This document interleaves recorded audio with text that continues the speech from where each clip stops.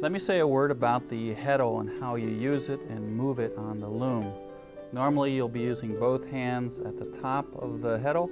You'll bring it forward and beat your weaving, keeping the heddle parallel with the front beam. When you return it to the heddle holders, you'll be going either to the top position or the lower position. When you're going to the top, lead with the bottom wood rail. Put that rail on the top notches and then swing your heddle up until it's vertical. If you're beaten and you want to go to the lower position, lead with the top rail, put it in the top position, and then swing the bottom into location. Practice that for a minute or two and you'll come to you real easy. Notice where we've tied to the beam stick that the warps are coming in here in a group as an angle. This will create problems and reduce our weaving surface if we don't eliminate it. In order to get rid of these angles, put some scrap yarn into your shed, this opening with the heddle in the up position, and beat it towards the front. And then put your shed in the lower position.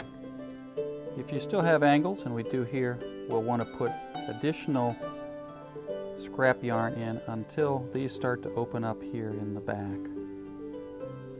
Now we want to put some yarn or the weft material on the stick shuttle that you have with your loom, and you do it in the following manner. Take it over the end hook here, and we're going to loop it around in a figure 8, and then it's simply a matter of wrapping it on the stick shuttle. In this case, we keep our hand underneath the weft material as we wind it on.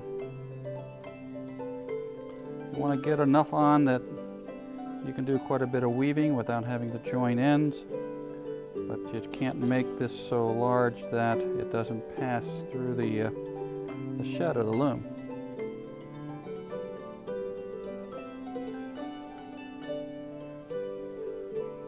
Something like that.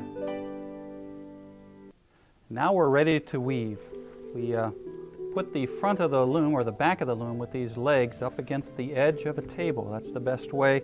The front beam rests right up against your belly and you push in against the table. We're starting out here with the heddle in the top position, but it can be in the bottom. We've got our scrap yarn woven in here. We've got yarn on our stick shuttle, and we're going to make our first throw. Start from one side or the other, makes no difference. In this case, with the first throw, we want to do something a little special. We want to leave a little tail out on one side here. This will tuck in with the next throw to conceal it and make it secure. Also, when you place your weft material through the shed, ready to weave, it has to be at a slight angle. This will prevent your ends from being pulled in as you weave. So something like this will work out well.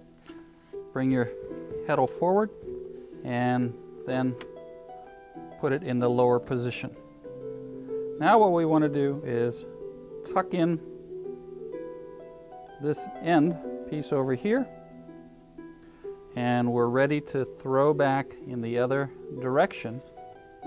And each time we do this now, we want to, one, get an angle across the surface of our weaving, and on the turn over here, we want to make sure that we don't allow it to be too tight. We want to leave a little slack here so that your ends don't pull in on you. And we're back to the up position, and we continue to just pass our shuttle through, taking the slack out, getting this angle, watching this turn over here, and then beating. Pull that heddle in snugly when you bring it towards you.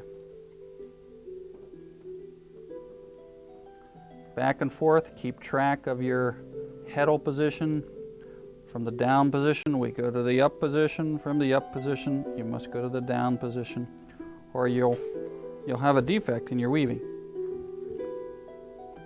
As you progress along with your weaving, you'll have to advance the warp from the back to the front, and you do that by loosening the the pawls here on the ratchets and just bring it forward so your weaving area is here in the front of the loom, not too close to the heddle, not too close to the front.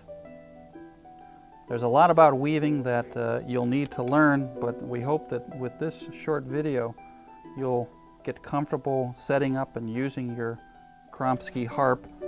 This is a beautiful little loom. It's a good loom to learn weaving on. It's really nice for smaller projects, and because of the features of the harp, a loom that you can take with you anywhere you go. So if you want to progress further, there are books and videos specifically on rigid heddle weaving, and we suggest that you get them. You'll enjoy the additional knowledge that you'll learn, and you'll become a better weaver. Enjoy your loom.